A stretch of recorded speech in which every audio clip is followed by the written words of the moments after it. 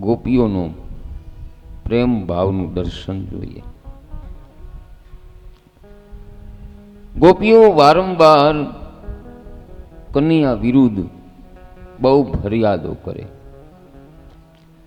ત્યારે યશોદાજી કહે, તમારા ઘેર આવીને કનૈયો તોફાન કરે તો કનૈયાને તમે ધમકાવજો, જાઓ તમને છૂટ છે. ત્યારે ગોપીઓ કહે, અરે યશોદા, અમે કનૈયાને શું ધમકાવીએ?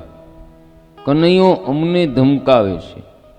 પકડવા જઈએ તો પકડાતો નથી. આમ ગોપીઓ કહે. બીજી ગોપી કહે, કનૈયા ની શું વાત કરું? અરે યશોદા, કનૈયો માગે તો આખી મટકી આપી દઉં, પણ કનૈયો માગતો નથી. કનૈયો તો કહે, આ બધું મારું છે, હું શું કામ માગું? તમે મારી પાસે માગો. આવું કનૈયો બોલે છે. ખરેખર બહેનો ભાઈઓ, મને તમને કાંઈ પણ ભગવાને આપ્યું હોય, ધન છે, સંપત્તિ છે, આબરૂ છે, આ મનુષ્ય દેહ છે, ભગવાને જ આપ્યો છે. હા, ભગવાન સિવાય બીજું કોઈ આપી શકે એમ નથી. બીજી ગોપી કહે, માં, કનૈયાને ચોરી કરવાની ટેવ પડી ગઈ છે અને કનૈયાને બોલાવીને અમે માખણ આપીએ તો કનૈયો ખાતો નથી, પણ ચોરી કરીને જ માખણ ખાય. કનૈયાને એ જ માખણ ભાવે. યશોદાજી કે ગોપીઓને કે તમે કનૈયાને ઘરમાં દેખતા હું કામ માખણ મૂકો છો?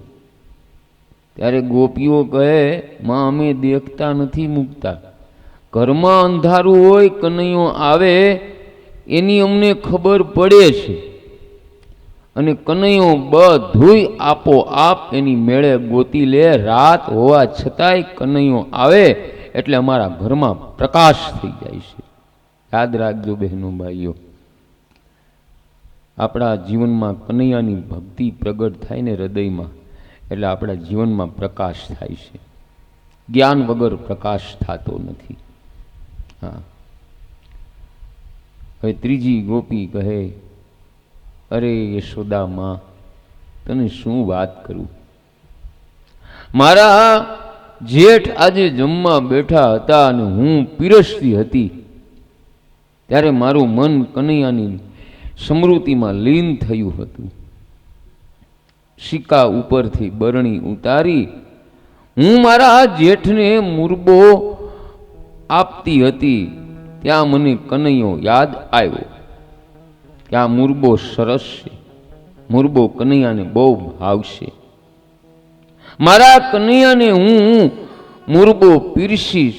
આમ કનૈયાના વિચારમાં હું એવી તન્મય થઈ ગઈ કે મને ભાન રહ્યું નહીં, અને બરણીને સિક્કામાં મૂકવાને બદલે મેં મારા બાળકને સિક્કામાં મૂકી દીધું.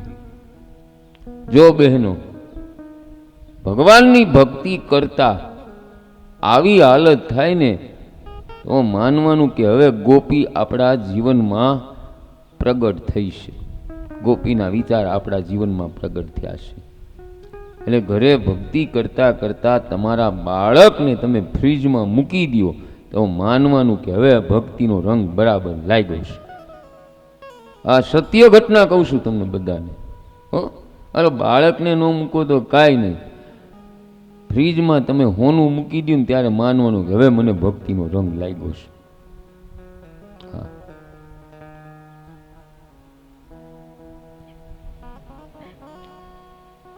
ચોથી ગોપી કહે, અરે યશોદા માં, આજે કનૈયાએ મારી લાજ રાખી. મારે ત્યાં મહેમાન આવ્યા હતા અને મારા સસરા કેવા ક્રોધી તો તમને ખબર, અને મને હરે કૃષ્ણ બોલવાની ટેવ પડી ગઈ. જપ કરતા રસોઈ બનાવું એટલે ઘણી વાર રસોઈમાં મારી ભૂલ થઈ જાય. કોઈ વાર વઘાર કરવાનું તો કોઈ વાર મીઠું નાખવાનું ભૂલી જાવ. અને આજે મારા સસરાએ ટકોર કરીને કહ્યું કે મહેમાન બપોરે જમવાના છે, માટે ચિત દઈ અને સારી રસોઈ બનાવજો. અમે ખેતરે જઈએ છીએ, બપોરના 12 વાગે ઘેરે આવશું. સસરા ખેતરે ગયા અને યશોદામાં હું રસોઈ બનાવવા બેઠી. માં, મારું મન એવું થઈ ગયું કે રોટલીનો લોટ બાંધું તોય હરે કૃષ્ણ, રોટલી વણું તોય હરે કૃષ્ણ, રોટલી શેકું તોય હરે કૃષ્ણ, રોટલી ઉપર ઘી લગાડું તોય હરે કૃષ્ણ. જાણે હરે કૃષ્ણ માટે જ રસોઈ બનાવું છું અને હરે કૃષ્ણ જમવા આવવાના. અને બધી રસોઈ બની ગઈ. છેલ્લે માનભોગ શેકતી વખતે મને કનૈયાની યાદ આવી. મને ભાસ થયો કે કનૈયો આંગણામાં આવશે અને હમણાં રસોડામાં આવશે. આ માનભોગ કનૈયાને બહુ ભાવે છે. બહેનો, આ કથા મેં તમારા માટે લીધી, ખાસ કરીને યુવા દીકરી માટે. હા, એ રસોઈ કરતી વખતે બહેનો, યુવા દીકરીઓ પવિત્ર થઈ અને રસોઈ બનાવજો. રસોઈ કરનારના મનમાં જેવા ભાવ આવે તે સૂક્ષ્મ રૂપે અન્નની અંદર આવે અને એની અસર ખાનાર ઉપર થાય અને અનદોષ મન અને બુદ્ધિને બગાડે. રસોઈ કરતા કરતા યુવા દીકરીઓ ભગવાનનું સ્મરણ કરતા કરતા ભગવાનને ભોગ ધરી અને પછી રસોઈ બનાવો. પણ આજકાલની માતાઓ, દીકરીઓ, પુત્ર વધુઓ કે પત્નીઓ રસોઈ કરતી વખતે પરમાત્માનું નામ લેતી નથી. તેઓ તો સિનેમાના ગીત ગાતા ગાતા અને યુટ્યુબમાં સિરિયલ જોતા જોતા રસોઈ બનાવે. ઉતાવળમાં ચોખાઈનું ભાન પણ રાખી નથી શકતા. એ બહેનોને વિચાર કરવો જોઈએ કે અમે રસોઈ કરતા મનમાં જે ભાવ અનુભવીએ છીએ તેની સૂક્ષ્મ અસર રસોઈની સામગ્રી ઉપર થાય. યાદ રાખજો બહેનો, ઘરના બધા સભ્યોની, કુટુંબની બુદ્ધિ સ્ત્રીના હાથમાં છે. સ્ત્રી ભગવાનનું સ્મરણ કરતા કરતા રસોઈ બનાવે તો યાદ રાખજો 4-6 મહિના પછી એની શુભ અસર ખાનાર ઉપર થશે. કારણ કે બહેનો ભાઈઓ, અન્નના 3 ભાગ થાય. અન્નનો સ્થૂળ ભાગ મળ રૂપે બહાર આવે અને મધ્ય ભાગનું લોહી બને, માંસ બને અને તેના સૂક્ષ્મ ભાગથી મન અને બુદ્ધિ બને છે. માટે રસોઈ કરતી વખતે બહેનો યાદ રાખજો, ભગવાનની કીર્તન કરતા કરતા રસોઈ કરો. બતાવું કઈ રીતે રસોઈ બનાવી, ધ્યાન દઈને સાંભળજો. શ્રી કૃષ્ણમ શરણમ મમ, શ્રી કૃષ્ણમ શરણમ મમ, શ્રી કૃષ્ણમ શરણમ મમ, શ્રી કૃષ્ણમ શરણમ મમ. બોલો, જોરથી બોલો, ઊંચા અવાજથી, તાલી સાથે.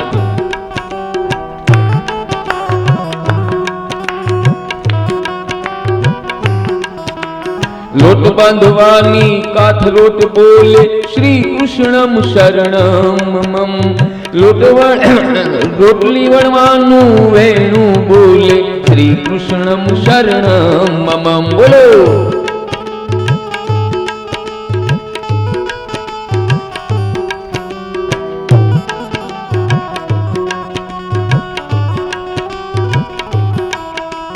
રોટલી શેકતા તાવડી બોલે, શ્રી કૃષ્ણમ શરણમ મમ. ઘી લગાડતા ચમચી બોલે, શ્રી કૃષ્ણમ શરણમ મમ. બોલો,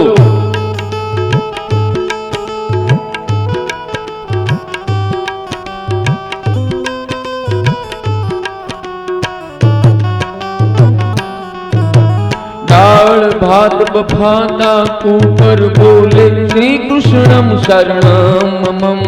શાક વઘારતા ચમચો બોલે, શ્રી કૃષ્ણમ શરણમ મમ. બોલો,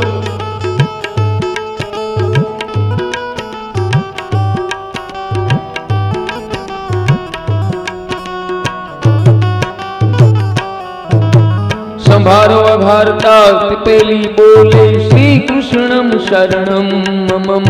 થાળ ધરતા બહેનો બોલે શ્રી કૃષ્ણમ શરણમ મમ. બોલો.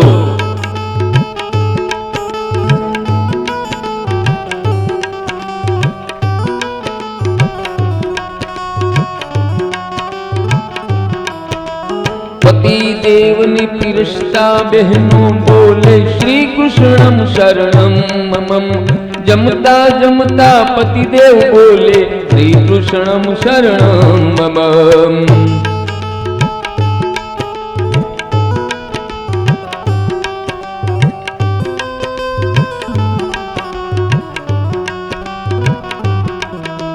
વાસણ ઉટકતા બહેનો બોલે શ્રી કૃષ્ણમ શરણમ મમ.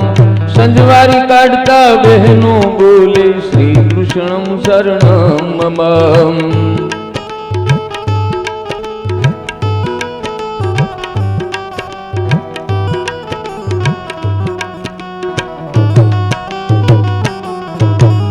આરમ કરતા બહેનો બોલે શ્રી કૃષ્ણમ શરણમ નમમ. 5 વાગે ઉઠતા બહેનો બોલે શ્રી કૃષ્ણમ શરણમ મમ. શ્રી કૃષ્ણમ શરણમ મમ. શ્રી કૃષ્ણમ શરણમ. 5 વાગ્યા સુધીનું મેં તમને કામ કરી દીધું, તોય તમે વહેલા નથી આવતા. કહેવાનો ભાવ અર્થ ઈ છે બહેનો કે રસોઈ કરતી વખતે આવી રીતે ભગવાનનું નામ લેતા રહ્યો તો ઘરની અંદર એક વાતાવરણ નવું ઊભું થશે. આપણી પહેલાની માતાઓ રસોઈ કરતી વખતે બહેનો ભાઈઓ દયણું દળે કે લોટ બાંધે ને હા ઓભણ હતી હો, છતાંય આંગળીથી રાધે લખે, રામ લખે, આવું એમની નિયમો હતા. આજની યુવા દીકરીને આ અપનાવવાની જરૂર છે. અને અત્યારે યુવા દીકરીઓ હિન્દી પિક્ચરના ગીત ગાતા ગાતા રસોઈ કરે. હા, કેવા ગાય નમૂનો દઉં કહેતા એકાદો નમૂનો દઉં. જૂઠ બોલે કવા કાટે કાલે કવેશ ડરિયું मैं मई के चली जाऊंगी तुम देखते रहियो. पुरुष जवाब दे तू मई के चली जाएगी मैं डंडा लेके आऊंगी.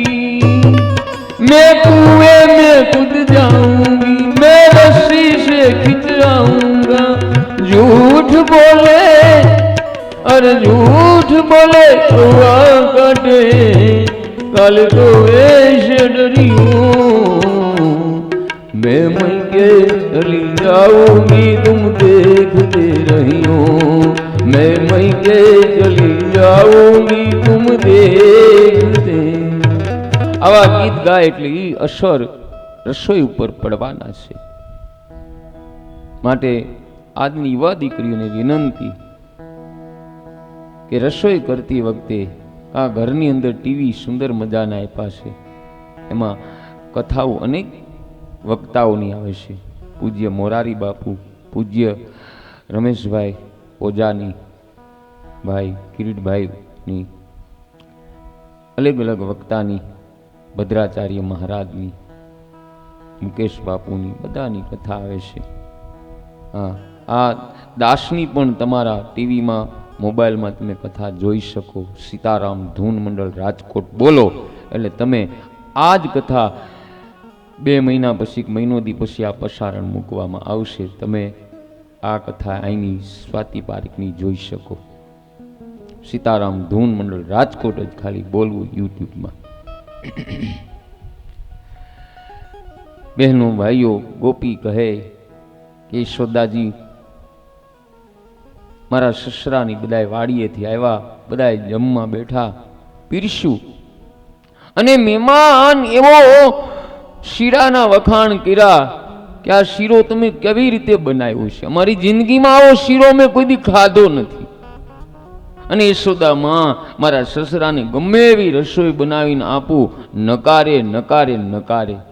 યાદ રાખજો ભાઈઓ, તમારા ભાણામાં ગમે એવું ભોજન આવ્યું હોય, ખારું આવ્યું હોય, તીખું આવ્યું હોય, મોડું આવ્યું હોય, પણ એને હસતા મુખે જમી લેવું. જે અન્નને નકારે છે એ આખા જગતને નકારે છે.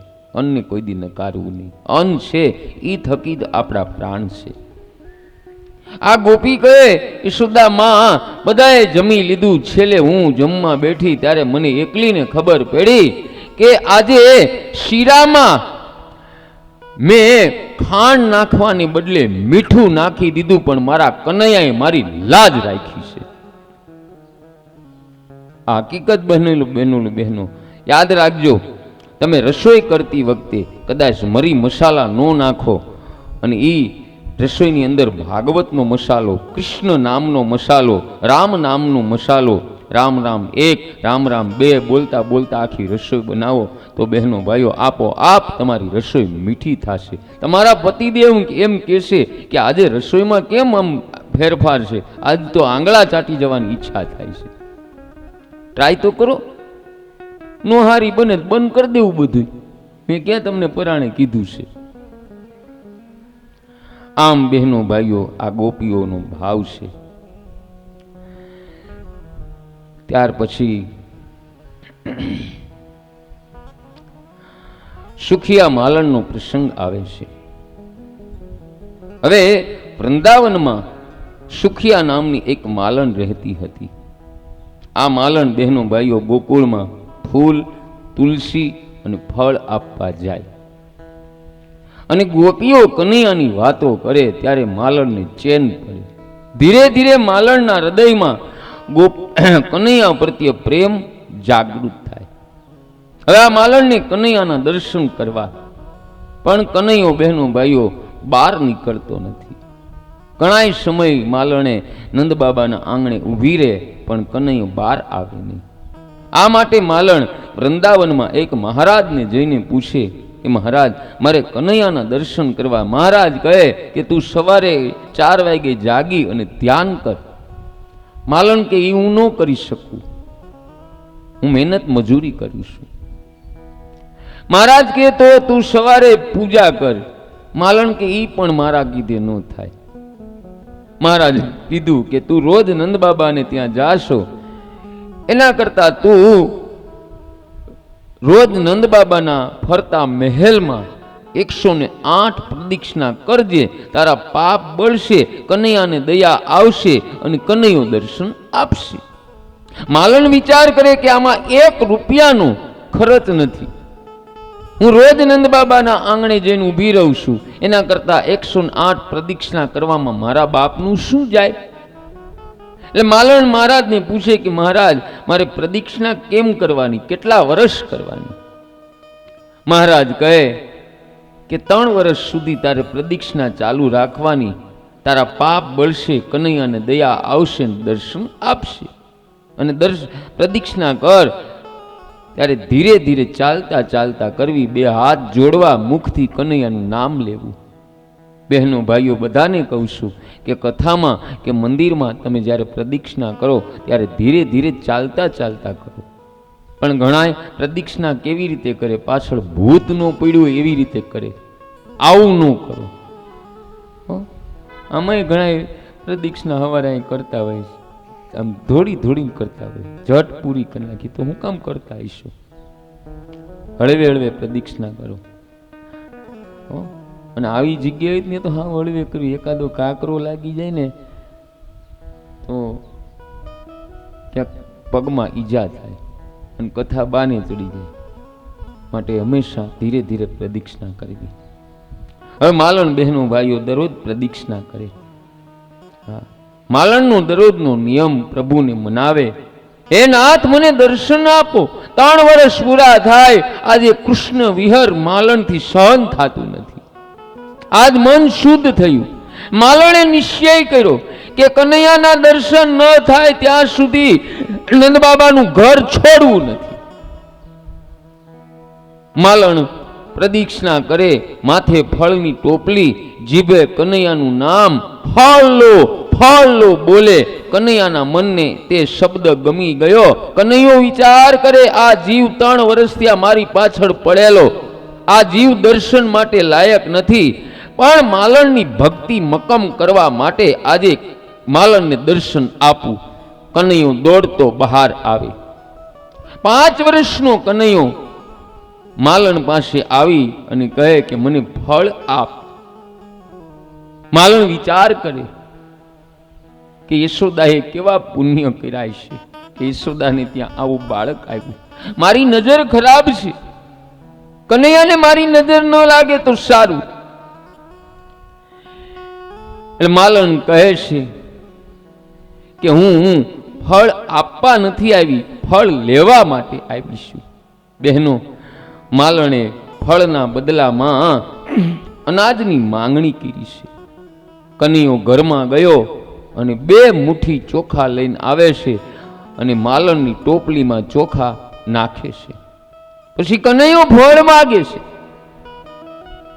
માલણ કહે કે મને માં કહીને નહીં બોલાવે, મારી ગોદમાં નહીં બેસ. કનૈયો માલણની ગોદમાં બેસે, માં કહીને બોલાવે છે. માલણની બધી ઈચ્છા પૂરી થઈ. પછી માલણ બહેનો ભાઈઓ કનૈયાને સારામાં સારા ફળ ગોતી અને આપે છે. કનૈયો ફળ લઈ અને દોડતો ઘરમાં જાય. માલણ પરમ આનંદ અનુભવતી ઘેરે જાય. ઘેરે ગયા પછી માલણે ટોપલી ખોલીને જોયું તો ટોપલી રત્નોથી છલકાઈ ગઈ છે. અજાયબી રત્નો માલણની ટોપલીમાં છે. માલણ વિચાર કરે, મારું અનેક જન્મનું ગરીબી કનૈયાએ દૂર કરી છે. યાદ રાખજો બહેનો ભાઈઓ, જે સ્ત્રી પુરુષ પોતાના સત્કર્મના ફળ પરમાત્માને અર્પણ કરે તેની ટોપલી હંમેશા પરમાત્મા રત્નોથી છલકાવી દેશે. માલણની ટોપલી રત્નોથી છલકાવી દીધી. તેમજ માલણને બહેનો ભાઈઓ બ્રહ્મ વિદ્યા રૂપી રત્નો પણ આપ્યા. યાદ રાખજો બહેનો ભાઈઓ, માલણના પ્રસંગમાં કર્મનો સિદ્ધાંત બતાવવામાં આવ્યો. મનુષ્ય જેવું કર્મ કરે તેવું ફળ તેને મળે. હા, દરેક કર્મ બહેનો ભાઈઓ પરમાત્માની આજ્ઞા માનીને કરો. યાદ રાખજો બહેનો ભાઈઓ, તમને બધાને કહું છું, ભક્તિ અને કર્મમાં બહુ અંતર નથી. એ ભગવાનને પ્રસન્ન કરવા માટે ફળની ઈચ્છા રાખ્યા વગર કર્મ કરો, તે કર્મ ભક્તિ બને. અને કર્મમાં ફળની ઈચ્છા રાખો, તે કર્મમાં અને ધર્મમાં કપટ થયું કહેવાય. મનુષ્ય કર્મ કરતી વખતે પરમાત્માને સાથે જોડીને રાખે તો તેની દરેક ક્રિયા એટલે દરેક કર્મ ભક્તિ બને છે. વ્યવહારને અતિ શુદ્ધ રાખો તો દરેક વ્યવહાર ભક્તિ બનશે. વ્યવહાર અને ભક્તિમાં બહેનો ભાઈઓ બહુ અંતર નથી. પરમાત્માની ભાવના રાખીને કરેલો વ્યવહાર એ ભક્તિ છે. હા, એ ભક્તિ છે. મનુષ્ય શરીરથી ત્યાં સુધી વ્યવહાર કરવાની જરૂર પડે છે. ભોજન કરતી વખતે ભાવના કરો કે મારા નારાયણ આરોગ્ય છે. આ ભોજન પણ ભક્તિ છે. વ્યવહારને બહેનો ભાઈઓ ભક્તિમય અને જ્ઞાનમય બનાવો. દરેક કર્મ કરો ત્યારે ઈશ્વર ભાવથી અને સદભાવથી કરો. આ હતી બહેનો ભાઈઓ માલણની જે કાંઈ કથા. કર્મ કરતી વખતે બહેનો ભાઈઓ ધ્યાન રાખજો, માલણ એક ગરીબ ઘરની હતી અને ફૂલ તુલસી અને ફળ આપી વેચતી પરમાત્માને પામી ગઈ છે. તો આપણે શું ન પામી શકીએ હે? ત્યાર પછી બહેનો ભાઈઓ દંધી મંથન, આવો એનું દર્શન જોઈએ. હવે ગોપીઓએ કનૈયાનું નામ માખણ ચોર રાખ્યું. કનૈયાને માખણ ચોર કહીને બોલાવે તે યશોદાને ગમતું નથી. યશોદાજી કનૈયાને સમજાવે, તું ઘરનું માખણ કેમ ખાતો નથી, કેમ નથી ખાતો? અને આમે જોઈજો બહેનો ભાઈઓ, તમારા આડોશ પાડોશમાં નાનું બાળક હશે ને એના ઘરે નહીં ખાય. જોઈજો, પાછું બાજુવાળો હશે ને એની ઘરે ખાશે. આ બાળકની પ્રકૃતિ છે. આ તમને અનુભવ હશે બધાને. પછી એની મમ્મી શું કે, મારું બાળક તો કાંઈ ખાતો જ નથી. પણ બેન તમને ખવડાવતા આવડતું નથી. બાજુવાળા બેન કેટલા ભાવથી ખવડાવે છે. આવું બને હો અમુક જગ્યાએ. નથી ખવડાવતા આવડતું માને, અને બાળકને બાજુવાળાને ઘરનું ભાવે લ્યો. બાળકોની બહેનો ભાઈઓ જાળવીને રાખજો. બાળકો ઉપર બહુ વજન આપજો જીવનમાં. બાળકોની બહેનો ભાઈઓ બહારના પડીકા ખવડાવવાનું બંધ કરો. યાદ રાખજો, આ તમે બહારના પડીકા ખવડાવો છો, વેફર, નૂડલ્સ, મેગી, પછી કુરકુરિયા, આ બધું એને નુકસાન કરે છે. પ્રાર્થના મારી, કારણ કે આની અંદર એવી આ કેમિકલ બહેનો ભાઈઓ નાખવામાં આવે છે કે તમે જ્યારે એ પડીકું ખોલો ને તમને એમ થાય કે તાજું જ છે. અને તમારે ટ્રાય કરવી હોય, અમુક પડીકું ખોલી, બિસ્કીટનું હોય કે વેફરનું હોય, એ ખોલીને એક રાત બે રાત રાખી દેવું. પછી તમારે આમ ખોલીને જોવું તો એની અંદર કેટલી અંદર બગાડ છે ખબર પડશે. બાળકોનું બહેનું ખાસ ધ્યાન રાખજો, એની તબિયતનું, એના શ્વાસનું. એ વાલીના હાથમાં છે. આપણે પહેલા કેવો નાસ્તો સવારે કરતા, આવા રોંઢે કેવો નાસ્તો કરતા. અત્યારની બહેનોને આળસ થાય છે. ચણા બનાવી દેતા, મઠ બનાવી દેતા, મગ બનાવી દેતા. એ બાળકોને કેટલી સારી અસર કરે તમને ખબર છે? હા, ચણા ખાવાથી કોઈ દી એને શ્વાસ ન ચડે. મગ ખાવાથી એને પૂરી શક્તિ મળે, પોષણ મળે. આવા નાસ્તા કરાવો હો. અને બને ત્યાં સુધી બાળકોને મારી વિનંતી, બધી યુવા દીકરીઓને, કે તમારા બાળકોને સવારે નાસ્તો કરાવો. તમારી ભાષામાં નાસ્તો કહું, કહેવાય એને શિરામણ. શિરામણનો અર્થ ખબર છે? શિરામણનો અર્થ બહેનો ઈ થાય કે સવારમાં બટકું રોટલો ખવડાવો ને, એક મણ જેટલું ખાધું ને એટલું ગણ કરે. આજના બાળકો સવારમાં ઓલા બોન મીઠા પીને નિશાળે નીકળી જાય છે. પછી ડોક્ટર પાસે જાય, મારા બાળકનો વિકાસ નથી થતો. ક્યાંથી થાય? બોન મીઠામાંથી. તમને બધાને વિનંતી કરું છું, આ બાળકો જો હવે મહાડા જેવા મને લાગે બધા. પેલાના બાળકો કેવા હતા? હા, આપણી ઉપર છે, બધી કાળજી રાખજો.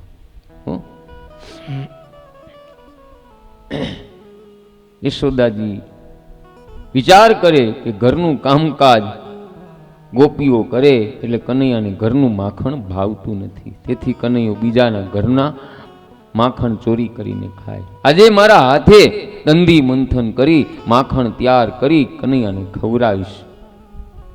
હું જાતે માખણ તૈયાર કરીશ, કનૈયાને પેટ ભરીને ખવડાવીશ. પછી કનૈયાને બીજા કોઈના ઘરનું માખણ ખાવાની ઈચ્છા થાય નહીં. યશોદાજી પ્રાતઃકાળે જાગે, સ્નાન કર્યું, પીળું વસ્ત્ર પહેર્યું અને દંધી મંથન કરે. ગોળીમાં દહીં રાખે. યશોદાજી બહેનો ભાઈઓ જાતે દહીં વલોવે અને કનૈયા માટે માખણ તૈયાર કરે. આવો દહીં, ગોળી, યશોદાનું માખણનું બહેનો ભાઈઓ દર્શન કરાવું. આધ્યાત્મિક રીતે સંસારનું શું છે બધું યાદ રાખજો બહેનો ભાઈઓ. સંસાર એ એક ગોળી છે. સંસારના વિષયો એ દહીં જેવા છે.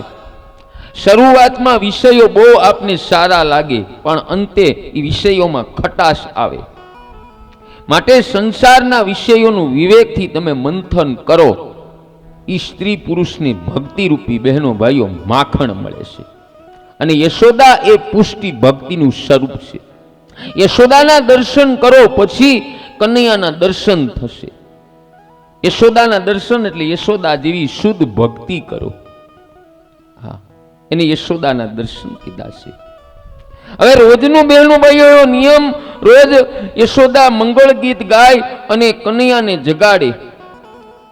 પણ આજ કનૈયાને જગાડવાની જરૂર પડી નથી. આપોઆપ કનૈયો જાગ્યો અને માને ઓરડામાં ગોતે, પણ માં ઓરડામાં નથી.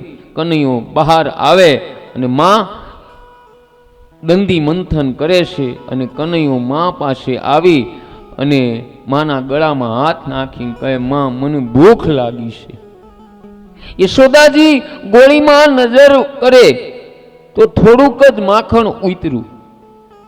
યશોદા વિચાર કરે કે હજી 10-15 મિનિટ હું દહીં મંથન કરું તો વધારે માખણ ઉતરે. એટલે યશોદાજી કહે, કનૈયા થોડીક વાર તું ખમ.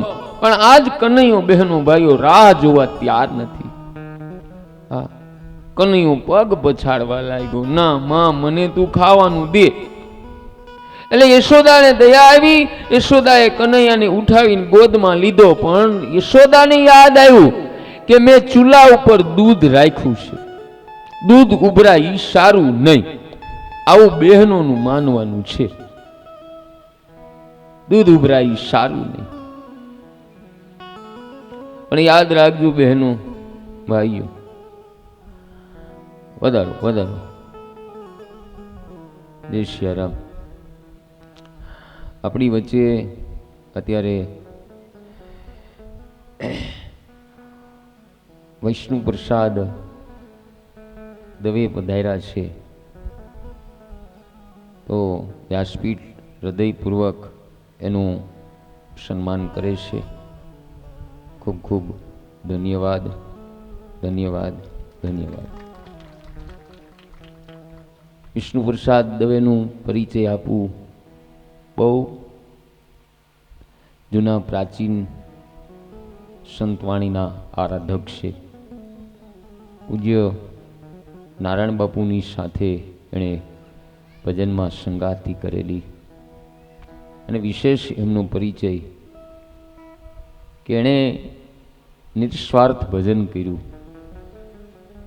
અને સંતોની વાણીનો વિષ્ણુ પ્રસાદ દવે પ્રચાર કર્યો.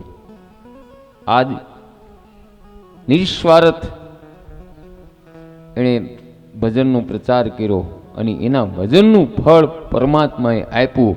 અને એમના દીકરા આજ આખા ભારતની અંદર પ્રખ્યાત સાહિત્ય કલાકાર અને હાસ્ય કલાકાર તરીકે પ્રસિદ્ધ છે.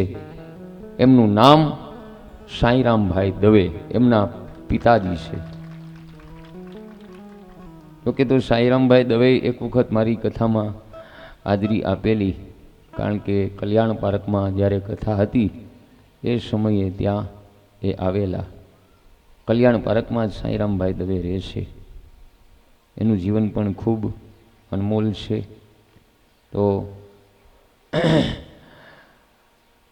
આ પ્રસંગને આપણે પૂરો માણી લઈ, પછી આપણે 5 મિનિટ વિષ્ણુ પ્રસાદ દવેને કહીએ કે તમને જેવી કાંઈ આનંદ આવે વાણી, એકાદી વાણી રજૂ કરો.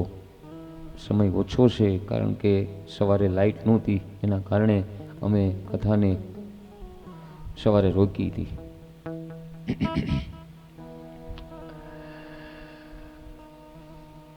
આપણે કથામાં હતા કે દૂધ ઉભરાય નહીં સારું. એવું બહેનોનો વહેમ છે અને અંધશ્રદ્ધા છે. યાદ રાખજો, દૂધ ઉભરાય એવું એક શુકન છે જ નહીં. હા, કારણ કે પહેલાની માતાઓ રસોઈ કરતી વખતે પહેલા અગ્નિદેવને અર્પણ કરતા, અને આજની માતાઓ એ બધા પહેલાના જે કાંઈ સંસ્કારો છે એ લુપ્ત થતા જાય છે. એટલે દૂધ ઉભરાય બહુ સારું છે. ઘણા તો દૂધ ઢોળાય તો એમ કે હાય હાય શું કરશું, હાય હાય કરવાની જગ્યાએ શ્રી કૃષ્ણ કરતા તો હું વાંધો. દૂધ ઢોળાય એ સારું છે. જો દૂધ ઢોળાતું હોય, અપશુકન હોય, તો આ ડેરીઓ વાળાને ત્યાં રોજ દૂધ ઢોળાતું હોય છે. શું એને નુકસાન થતું હોય છે? માટે દૂધ ઉભરાય અને ન ઉભરાય તો બહેનો ભાઈઓ, દૂધને પહેલા તમારો ગેસનો ચૂલો ચાલતો હોય એ અગ્નિ નારાયણ ભગવાનને અર્પણ કરો. મંત્ર ન બોલી શકો તો કાંઈ નહીં, કે હે અગ્નિદેવ, આ અમારા ઘરનું દૂધ છે, તમે સૌની પહેલા અર્પણ કરો. અગ્નિદેવ અર્પણ કરી લે એટલે યાદ રાખવાનું કે મારો નારાયણ, મારો કૃષ્ણ પરમાત્મા પણ અર્પણ કરી લે. હવે યશોદાએ દૂધ ચૂલા ઉપરથી નીચું ઉતાર્યું અને સાઈડમાં રાખ્યું અને યશોદા બહાર આવ્યા છે, પણ કનૈયો ક્યાંય દેખાતો નથી. યશોદા વિચાર કરે કે હમણાં કનૈયાને અહીંયા છોડીને ગઈ, આટલી વારમાં ગયો ક્યાં? યશોદાએ જોયું તો કનૈયો ખાંડણિયા ઉપર ચડી અને માખણ ઉતારી બાળ મિત્રોને અને વાંદરાઓને માખણ ખવડાવે. યશોદાજી ખીજાણા છે અને બાળકોની દ્રષ્ટિ યશોદા ઉપર પડી. યશોદા ખીજાણાના હાથમાં લાકડી લીધી. યશોદા કનૈયાને કહેવા લાગ્યા કે ગોપીઓ મને તારી રોજ ફરિયાદ કરે છે, પણ મેં એકેય ગોપીનું ધ્યાનમાં લીધું નહીં. આજ મેં નજરે જોયું છે, આજ હું તને રંગે હાથે પકડીશ, આજ તને બરાબરની શિક્ષા દઈશ. આમ યશોદા આવે છે અને બાળકો કહે કનૈયા તારી માં આવી, અને કનૈયાએ ખાંડણિયા ઉપરથી ધૂપકો મારી અને દોડવા લાગ્યો છે. અને કનૈયો આગળ અને યશોદા માં પાછળ. આજ કનૈયો પકડાતો નથી. યાદ રાખજો બહેનો ભાઈઓ, કનૈયો શું કામ નથી પકડાનો? કારણ કે કનૈયાની પીઠમાં અધર્મ છે. તૃતીય સ્કંદમાં કહ્યું કે શ્રી કૃષ્ણની પીઠમાં અધર્મ ઉત્પાદન થયું, એટલે મારો કનૈયો પકડાતો નથી અને પકડી શકે નહીં. યાદ રાખજો બહેનો ભાઈઓ, ભાવરત બતાવું છું. એ ભક્તિમાં અધર્મ આવે તો ભક્તિ બગડે. યશોદાજી કનૈયાને પકડી શકતા નથી, કારણ કે ભક્તિમાં અધર્મ તરફ દોડે. મારા પરમાત્માને પ્રેમ ગમે છે, મારા પરમાત્માને પ્રેમ અતિ પ્રિય છે. પરમાત્માની ભક્તિ બહેનો ભાઈઓ ધર્મની એક એક મર્યાદા રાખીને કરો. હા, મર્યાદા રાખીને કરો. કેટલાક લોકો ભક્તિ તો કરે પણ ધર્મ બરાબર પાળતા નથી. તે એવું માને છે કે અમે ભક્તિ કરી, અમે સેવા કરીએ છીએ, એટલે અમારે ધર્મ પાળવાની જરૂર નથી. તમે ભક્તિ કરો, ધર્મ કરો, એ સારું છે, પણ ધર્મ છોડો નહીં. ધર્મ છોડે તો ભક્તિ સફળ થતી નથી.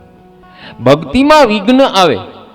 કેટલાક લોકો એવું માને છે કે અમે ધ્યાનમાં આગળ બહુ વધી ગયા છીએ, એટલે અમારે ધર્મ પાળવાની જરૂર નથી.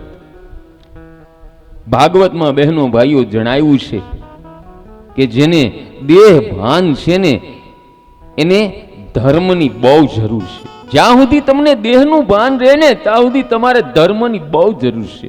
એટલે સવારે પૂજા કરો, મંદિરે જાઓ, ભગવાનનું સ્મરણ કરો, પાઠ પૂજા કરો. પણ ઘણા કે અમે તો ધ્યાનમાં આગળ વધી ગયા છે, આ એનું અભિમાન છે. યાદ રાખજો, બાળક નિશાળમાં બેસાડો અને એને પેલું જ એકડો કરાવવામાં આવે છે, અને એ બાળક ભણી ગણી મોટો થાય, એન્જિનિયર થાય, પણ એના જીવનમાં એકડાની તો પહેલા જરૂર પડશે. એકડો નહીં હોય તો એનું બધું નકામું છે.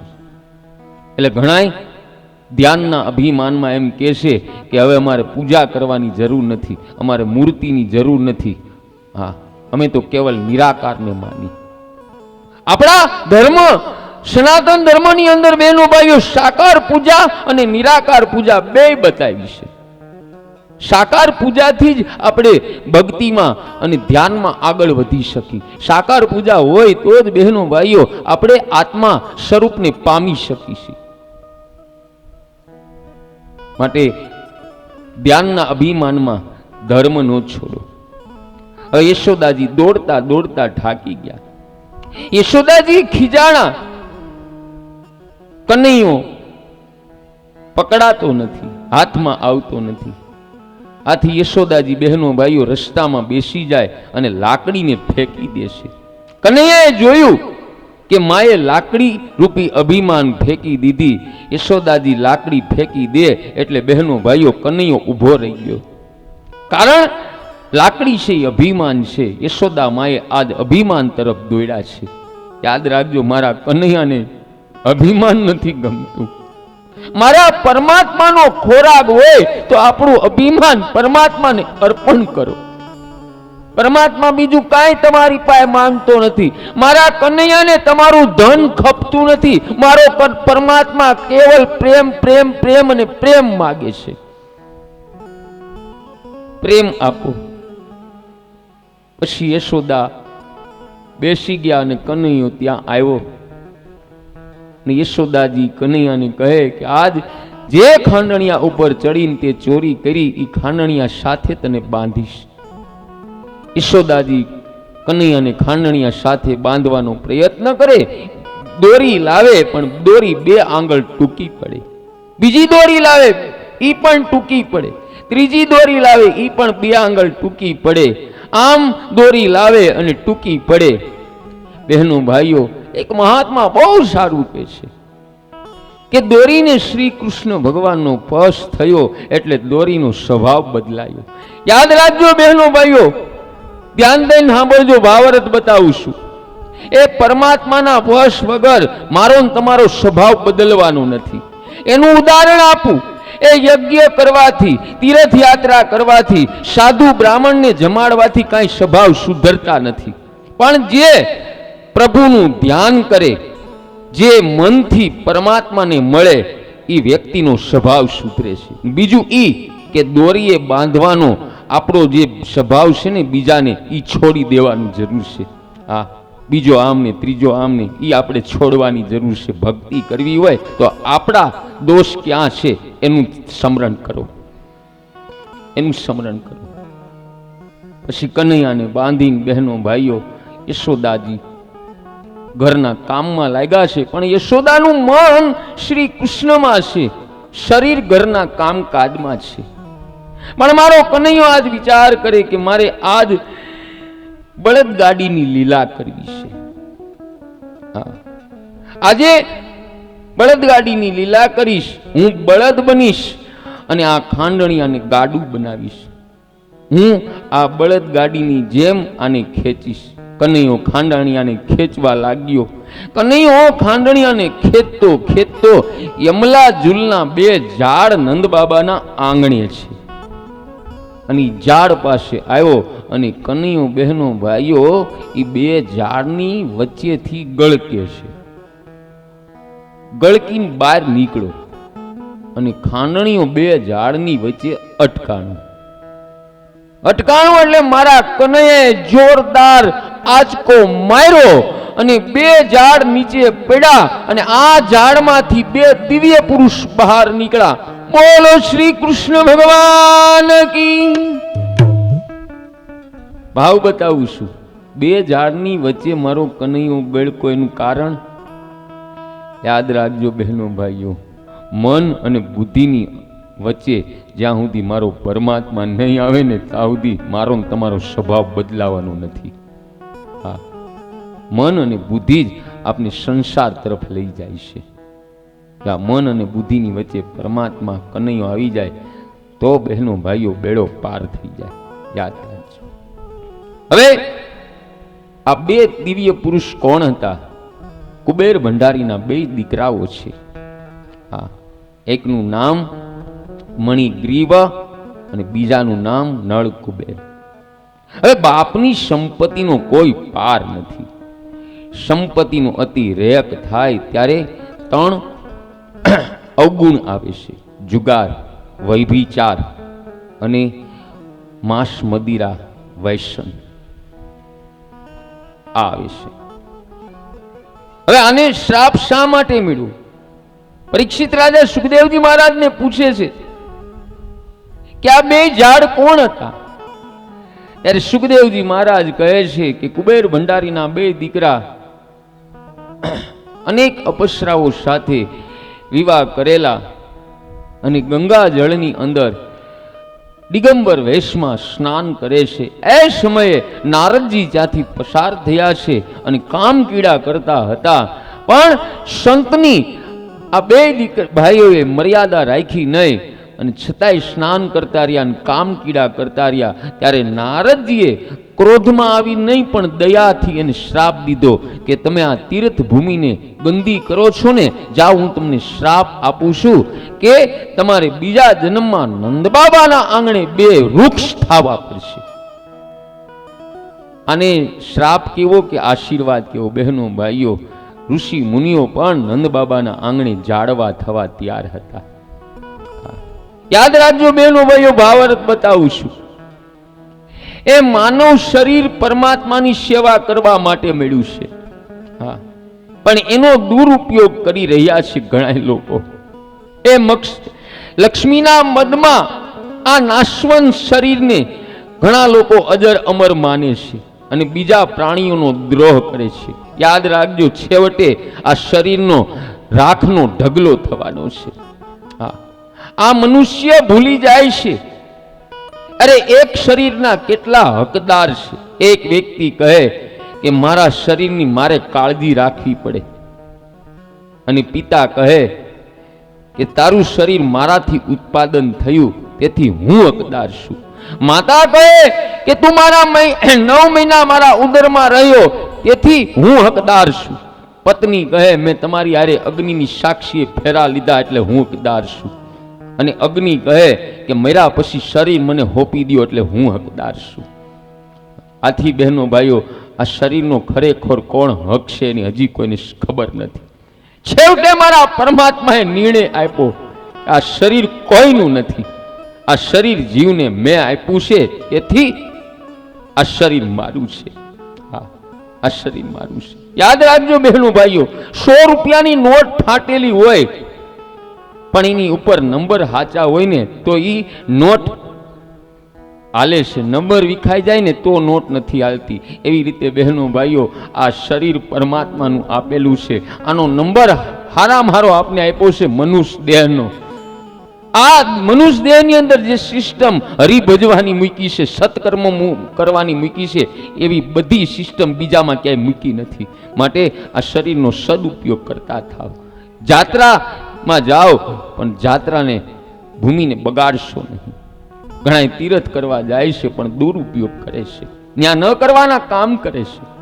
હા, એવું ન કરવું જોઈએ. અને જાત્રાની ભૂમિને બગાડે છે. યાદ રાખજો, બીજા જન્મમાં ઝાડ થાય છે, અને ઝાડને શું શું સહન કરવું પડે? તડકો, વરસાદ અને ટાઈડ. અને મારા જેવો બાવો હાલતો જાય ને ડાળી ખેંચતો જાય. માટે તીરથ ભૂમિને બને ત્યાં સુધી શુદ્ધ રાખો, એવી મારી પ્રાર્થના. અને તીરથ કરવા જાઓ ત્યારે ડબરા ભરીને ભાતા લઈને નથી જવાની જરૂર. હા, ઘણા લોકો તીરથ કરવા જાય ડબરા ભરીને ભાતા લઈને જાય.